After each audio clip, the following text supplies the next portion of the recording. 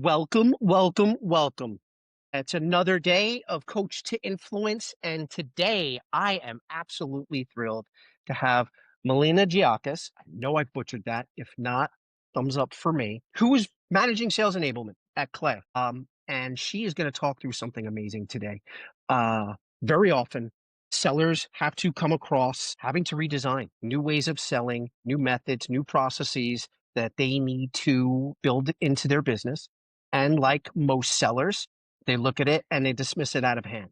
Melina has cracked that code in getting sellers to not only absorb what she's preaching, but to actually go out and apply it and see the success from it. So I'm excited to have her dig into all the fun things that she's molding at Clay, no pun intended. Melina, thanks for joining today. Of course. Thanks for having me. And great to know a fellow Long Islander, Joe. That's right. You are not that far from where I sit. Yeah, not Tell my audience about yourself. What got you into sales? What brought you to Clay? yeah. So I am the first enablement hire at Clay. We are building out the team, which is super exciting. We should go from one to about four, hopefully by early next year. And yeah, Clay found me with the opportunity to build out their enablement program was something I couldn't turn down. I'm helping our GTMEs and our GS. So those are our go-to-market engineers and then also our growth strategist. At other organizations, those roles are typically our sellers and our customer success managers, but they look a little bit different here in that you really need to be an expert in the product. So both of them are gold on ensuring our customers are set up with the best workflows possible. And ultimately that Clay is the right fit for their business. And if not, we can help them with that as well. Nice. So talk us through what you've been unveiling. If I'm not mistaken, prior to you coming in and sharing the love, was different strokes for different folks. You've brought in some more refined and codified processes. We would love to hear about what you've built for them, how they're taking it, whether they're using it. Yeah. So our go-to-market engineers, it's great. They all come from very unique backgrounds. So majority of them don't have a traditional sales background. They're ex-lawyers, founders, heads of RevOps, teachers. So a very unique skill set. And so I was brought in to figure out what are the things that we're doing really well across all these individuals and how can we use that to help us scale. So over the past couple of months, we've been figuring out really what's working or where we need to lean in a little bit closer. We use tools like Clay for that, which I'll talk you through in a little bit.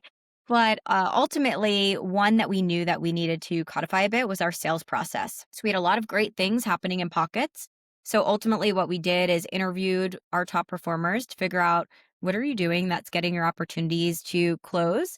And how do we help the whole team close more deals in a shorter amount of time at a bigger ACV? So that's where our sales process came in. And it's been a pretty unique journey teaching have about close to 50 sellers now, really the fundamentals of sales and how a process ultimately helps them accelerate in their roles. So considering they weren't sellers to begin with, I'm going to make the assumption that they were more open to adopting this. Open and hesitant. It depends on the topic, right? Some of these concepts can sound scary of even just what is a champion? I don't know how I'm going to find one. How am I going to build one?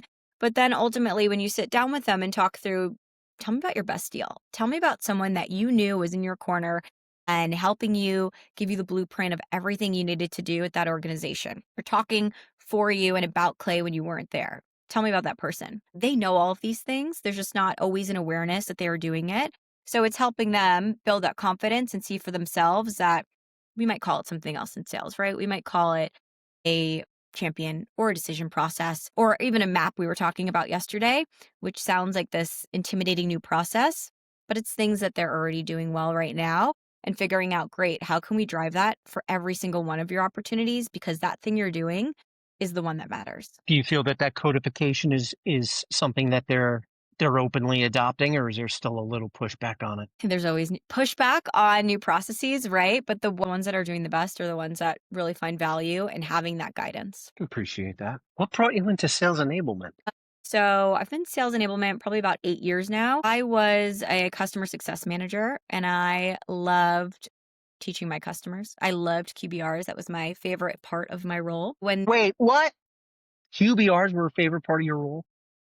They were the best. I loved it. An hour and a half getting to strategize on what we're going to do next, focusing on all the great work we did. And I liked the challenge of having, a VP or an exec in the room that really knew nothing about our tool. At the time I was working at Sail Through, and they're not in the weeds in and out on all of these products that their teams are using. So it was a unique challenge to show value immediately within that first few minutes. So when enablement opened up an opportunity on that team, my manager had said to me, these are the things that you love most. Maybe you should go for it. So it was a mix of customer education, internal for sales, SDR, and CM. And after that, I never looked back. I loved it ever since. Are there any coaching pitfalls or challenges that you're coming across? Coaching pitfalls, I would say it's really important to get the rep's perspective first.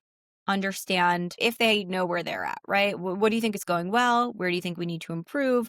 Really getting that buy in and also getting them to feel secure and having that conversation with you. It's a lot of trust building. So, a lot of my job is obviously thinking of not just my sales leadership team, but my GTMEs as my customers. It's really important that we have a solid relationship if they're going to be open to receiving that coaching and feedback from me. And it's celebrating the wins too, right? So I'm not just coming around with those gong scorecards or setting up automation to be sent to them via Slack or Notion in terms of everywhere they need to improve, but highlighting the amazing things that they do, not just to themselves, not just to them, but their managers and the team as well. So they know that feedback is not something they need to be afraid of. So let's see if we can help any of the people that'll be sitting in and watching this over some coffee or a bag of chips. Any tips, tricks that have sitting in your go-to pocket that help you develop that trust with these sellers? hmm I would say the first that was very helpful was having them review their own calls first and then just meeting with them to say, like, hey, ultimately, my entire job is to help you do your job. So listen to a couple of calls, reflect on a couple of deals, bring one or two things where you would want my help. Where do you think that enablement can provide value for you? And I think that really opened it up so they felt bought into the entire process, role, and function, especially because it was newer to Clay versus coming in and telling them what they needed to do better. Okay. I'm fascinated that because a lot of sales leaders, I know a lot of enablement leaders think they're coaching when in fact they're managing. hmm So how do you draw the line and talk to my audience about the cost of getting it wrong?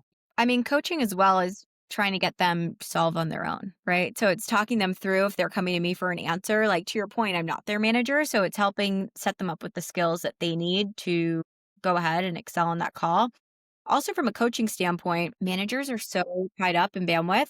I've created custom GPTs to serve as their coach. So I created a deal coach where it was the end of last quarter, and our manager shared in a forecast call just we don't have bandwidth to be on every call. We don't have bandwidth to be in every deal. We're coming up against the wire. So I took our coaching methodologies and the way that we typically coach reps, created a GPT so that when they're asking those deal questions, the responses it's giving them are what they would hear from their managers or the ways that we would want to coach as a leadership team. How do they take that? Is it safe to say they're adopting AI or they're still running for the No, they're if you're running from AI, I don't think you'll survive here very long. We are an AI driven company. I would think so, huh? Yeah, and they actually love the deal coach. I've gotten a lot of great feedback on that. I think it's a easy first step to validate some of the things they know they should be doing. And then if they're still stuck, it's kind of when they bring it to their manager or to me for a little bit more of reinforcement. So the answer to my question, AI in sales, lifesaver threat or just hype, I assume we're in the lifesaver category. We are. Okay. If you use it well, right? Can't just work on its own. Let's talk to that because sellers tend to, at least sellers I've been coming across, tend to use AI as that end all be all. It's not even a crutch anymore, more than they're just abdicating their work to it. Can we talk to how it looks when it's done right and maybe your experiences seeing it done wrong? Yep. So we want to automate the things that we know reps can do really well, but is taking them away from that strategic work. So one thing, for instance, that we're able to do with Clay is fully automate their account research notes, which saves them hours and hours of time. So ahead of calls that they have for the next day, they receive pre-call meeting notes the night before. If it's a net new meeting, we will have all the information from the inbound form on there, research on the customer, recommendations for use cases, and this is all served to them with Slack and then more details in Notion. So it's right at their fingertips. They have research on the person that they're going to be speaking to and all of the information in one place. That way, historically in my career, I was spending a lot of time training reps on how to do that research, right? What does good research look like? Where do you find it? How do you use it?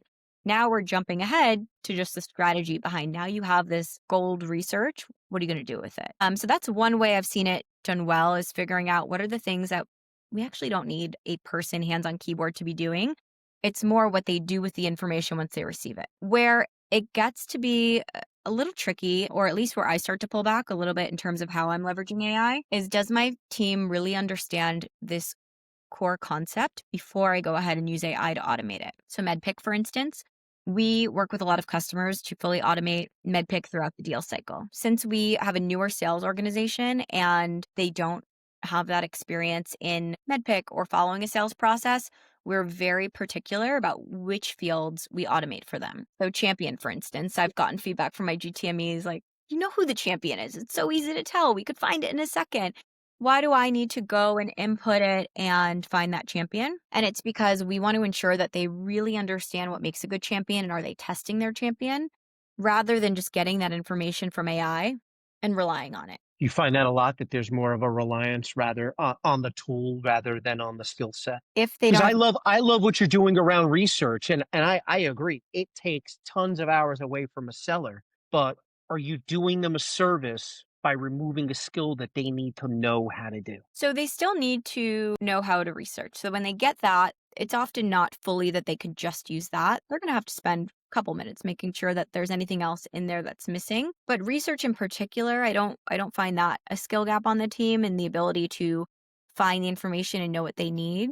It's the translation of that we're working on. So how do you take all of this that you know about a brand or a prospect and tailor that into a conversation that feels seamless, that doesn't feel like an interrogation, um, and that makes the person feel seen? Okay, I can appreciate that. I got so many questions, I don't even know where to start.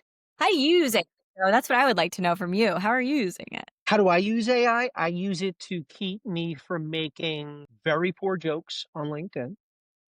I also use it, funny enough, with Dex2Go as a mean to determining where I need to target my coaching. Mhm. Yep. So it allows people to come in and work through the intricacies or the details of a deal and have somebody outside of their manager who, like you said, typically doesn't have the bandwidth to be on every deal to get coaching and guidance based on their best principles. Mhm. So the tool is trained on a company's enablement, their sales, their marketing. And me personally, I'm using it now as a tool to help me uncover where I need to work the hardest or where I may need to take the reins off. Because no two reps are exactly alike. Where I wish it wasn't done is in automation. Mhm. I see more often than not, very, at least from a prospecting perspective, very poor messaging, very poor outreach that leads me to believe somebody just took the lever, pushed it, didn't do any of the work behind it. But I like what you spoke of in that you're demanding these reps. Yes, here's part of the plan. You need to come out now and show us that not only do you know how to find it, but you're finding the right people. Mhm. And we're going to be here and have your back to make sure that you do it. Anybody listening, this is how you do enablement right. You give them the tools, you ensure that it enhances something that they're already doing, but you're there to support them after the fact, which is where I think a lot of organizations fall short. They Mhm. give them the tool, they build it, they provide the training, but they're not there to make sure that it's been done right. Right. I'm Yeah. also using AI to help me find the best Star Wars cartoons to watch on a Saturday. I love what you're saying about the output. My team, it's great. They really expect a high bar and they're very picky with their AI and with the outputs. And at Clay, they have the flexibility to set up personalized like follow-up emails that sound just like them. They can tweak every aspect of it. So then when I always look at my toolkit available to me. Where do I have AI that I can leverage? I have it in Gong, I have it in Notion, I have it in all of these tools that I'm using have an AI component. Sometimes when I experiment with templates and whatnot with the team, they will say what you just said, of this doesn't sound like me. This is, nothing that I would say. So it's great that I have them as that second lens as well. They really give great feedback. No, this is it being done right. So I got a DM today. I hope your sports team won this weekend and your coach did not get fired. And my response was everything after your first sentence resonated with me, but I had to get through that first BS sentence in order to see it. How many people are not going past that sentence? Hmm. She's like, Yeah. but you did, so let's talk. That's not the way it works. Yeah. Which leads me to a question. I would love to hear from you. If this is a big if, because this is Clay we're talking about. If you've had to stop someone in their tracks around using AI incorrectly or using it to abdicate a task rather than help delegate a task, or are they all just super smart and listen to what you say and don't bother try to do this for themselves? So we're pretty flexible here in terms of the way so follow-up email, for instance. You have to send one.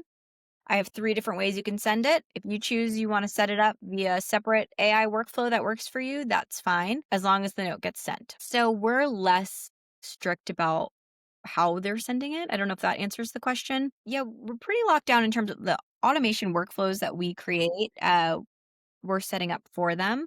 So I'm not quite sure if I answered your question. No, you are. You're smart in that you're not letting the kids play with firecrackers, but you're letting them watch a fireworks show under the guise of this is how you do it safely and properly. Because a lot of organizations I speak to, it's enablers coming to sellers coming to enablers with, hey, this is what I've been doing. Should I keep doing this? Does this work? And then you're finally, oh, you cannot do this. Look at how this is working, or look how that is working. So it's nice to see that Clay has um, flip that script in knowing they're going to want these tools. Great. We're going to provide them to you. We're going to do all the work. We're going to do the research. We're going to make the mistakes so that nobody looks silly in front of a client or a prospect.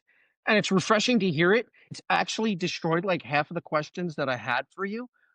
Because most often than not, there is somebody not even behind the scenes in the front lines that doesn't know how to use AI, is using it incorrectly, and most importantly, nobody knows they're doing it. Yeah. So when I Yeah, hear I some of those haven't horror found stories, anyone yet, but now I'm gonna walk over there today, just make sure. no, I'm like curious. I'm like, hey, have you ever seen this tool? Have you ever tried that tool? But Mhm. you also have lawyers and engineers and doctors that think far differently than a typical seller. Right. And Those are actually in, when I was saying they need to be super technical and in the weeds, and the way that we use AI, in a sense, is a little bit representative of the tool, right? What Clay is we are a data marketplace and a data orchestration tool. So we work with 150 plus data providers to get you the best data. And then we can automate essentially any workflow that you can think of. So if we're not doing that right for our prospects, that's such a poor reflection on our GTMEs, right? You're trying to set me up and set up my team and tell me this product, but you're not using it effectively. That's not the this great. is such gold. This is such gold because you hear all the time people, especially in lead gen or demand gen, and I'd like to do business with you. I have this great solution that's going to drive meetings and drive deals. Yet you can tell that no research was done. There's no sense of personalization. There's no sense of relevance. So it's very brings a nice warm spot to my frozen coal of a heart to see that it is done right. One thing that we have now is it's called Chat with Table. So you can essentially have a Clay table set up. We have one set up for our wins and one set up for our close loss opportunities for the last year. And now with this new launch, I was able to chat it and just have a whole conversation of what are the reps doing well? Where in the sales process are we getting stuck? Why are we losing deals? What are the gaps among the team? And then ahead of Q4 planning, I had all of that data. So it's the first time that I truly had that many data points going into my planning session with the founders and finance to talk about what's the plan for enablement this quarter. And it was the first time I didn't get a million questions. And I had asked, are we focused on the right areas? Is this where we want to head for Q4? What else are we missing? And ultimately, everyone said, no, I trust the data and like the numbers speak for itself. So even before Clay had that, I was using Gong a lot and looking at their deal levers, figuring out, great, if we have 4 plus contacts, we have, I think it was like a 1.2 times higher close rate. And then same with getting to power. So that was my focus there. It's rooting it in data so that we get that buy-in from leadership. And we use that to make sure we're focused in the right areas too. Take a real big shot using your tool effectively to help you within your own practice. Real big shot. It's been good. So just to flip it again, as you're working with this team, as you're rolling out new processes and methods and you're codifying the things that they're doing already, what's, I guess, the most surprising piece of advice you've had to give anyone? And what's the most surprising question you've been asked by your team as you're trying to roll this out that made you scratch your head like, wow, did I really just get asked that? Well, I think not necessarily question, but objection that I had heard from the team was a hesitancy around some of this, that we are go-to-market engineers and not sellers, which is true. It's very different, unique role. That said, those skills are transferable no matter what you're doing, and that's a lot of the trainings and teachings that I do. Discovery. You're doing discovery when you go to the doctor, you're doing discovery if you're out there dating on an app. You're doing these things day in and day out. So just helping them connect the dots and be a little bit more open to that was probably like the most surprising. Like, "Oh, I didn't realize people would be resistant in this way." I mean, my biggest advice in terms of adoption is I just ask the team to try it and we can tear it up if it's not working. And I think the number one guidance that I give them is to be curious. Through everything that we're teaching, rolling out, it's when you get on the phone with a prospect, be genuinely curious. People can pick up if you're just asking them questions because I wrote you a list of questions that you should think about asking. Um, Wait, that's not the way you do it? What are you talking about? So that's something that we've been focused on of if somebody tells you why something is a pain or a friction, figure out why. What's taking them so long? Why is it? How are they measuring that? How big of a problem is it? Not because again it's on your checklist, but because you genuinely want to help them, right? That's why we get into this is to help people and hopefully make their jobs easier. You're getting so many people mad today. First, they need to do research on the tool before they use it. Now they have to ask questions. What else do you have for these guys to do? It's supposed to, sales is easy. Why are you making it so hard, Melina? Right? All right, let's have some fun now. I That's asked you this question scary. earlier. I asked you Well, I'm this gonna have question you earlier. answer it because I still don't have an answer. So I had asked Melina who would play her in the movie of her sales career. She has no answer. My answer was Anne Hathaway. I just think they have that no prisoners approach, but also a very refined way of handing some people humble pie. But I've also only seen three Anne Hathaway movies. So if I am totally off script, I totally apologize for it. What are those 3? 'Cause that's really gonna inform. She has a range of work. I know. Devil Wears Prada, Okay, the it's a good one. Batman movie where she Okay. was Batgirl, I think, or Catwoman. Yep. And what was the third one? I can't remember it. I'm horrible at remembering things today. It'll come to me in like 3 hours from now. 3 hours, you can write me back and let me So know. you're not gonna answer the Anne Hathaway question, I want a new one. but New if question. sales enablement was a sport, what Ooh, sport would it be and what position do you play? interesting. I almost wanna take a picture because I stumped her. You did stump me. Did Uh, stump you. and I'm not a big sports gal. Okay, I'll tell you the one that I relate it to a lot for Doesn't them. need to be sports. If it was another activity, what would it be? Okay. Well, another activity, I would relate it to improv. You really need to be not just stuck on your playbook and pivoting, reacting, working with the prospect, and then also like bringing it back when it's getting too crazy out there from the limited knowledge I know about improv. And then sports wise, I tell them it's similar to tennis, but that might just be biased because I was learning tennis and you can hear the same things, but you need to practice it over and over again. And it's these like micro motions that you understand the concept. The racket shouldn't be up, it should be sideways or whatever. Now I'm forgetting everything I learned. See? But it's not difficult when you're learning the concepts, but when you have to execute all these little tweaks together. That's what really takes the practice and what makes it hard, at least for me, to get down. Yeah. It reminds me of something I had heard today. You're not going to believe that a founder and a guy who sells sales tools told me today that sales isn't taught, it's practiced. You can't teach sales. Curious your thoughts on that. Can you teach? I mean, you're dealing with engineers and lawyers and marketers. I mean, I think you're a testament to the fact that sales and a sales process and methodologies is something that can be taught. And once taught, practice to perfection in your own imagination. So I think I'm perfect on every sales call till I actually listen to it. Yeah. This ain't I this ain't nothing as podcast. think to drive it to mastery, yes, what did he say? It's not taught. You can't teach sales, you can only practice it. I think I'm in a little bit of a unique situation in that if you don't understand what you're practicing, like if there's no concept at all, then it's really hard to move forward with that.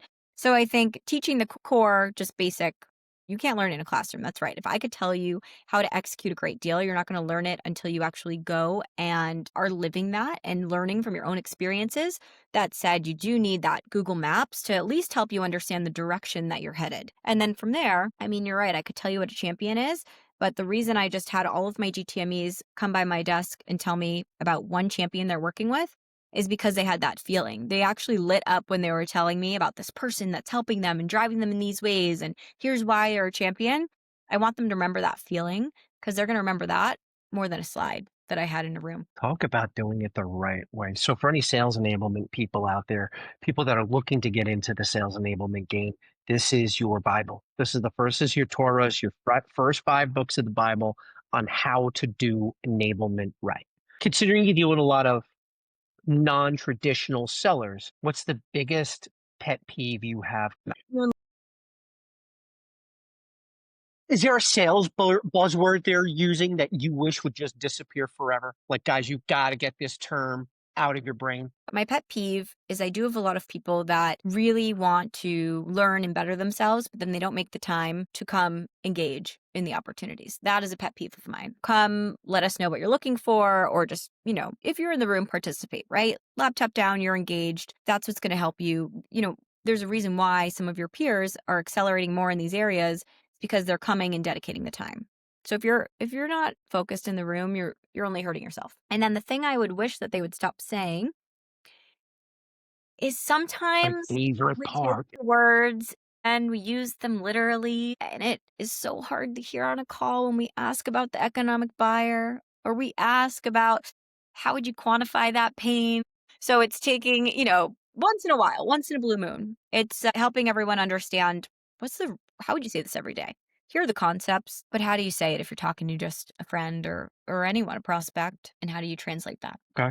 Appreciate that. Last, but certainly not least, what's your go to pump up song? Either before you're, yeah, what's your go to pump up song when you have to deal with a sales team? Honestly, anything Taylor Swift right now, it's a lot of Life of a Showgirl. It's all Taylor Swift. Okay. So, most importantly, favorite track? Favorite track on this album?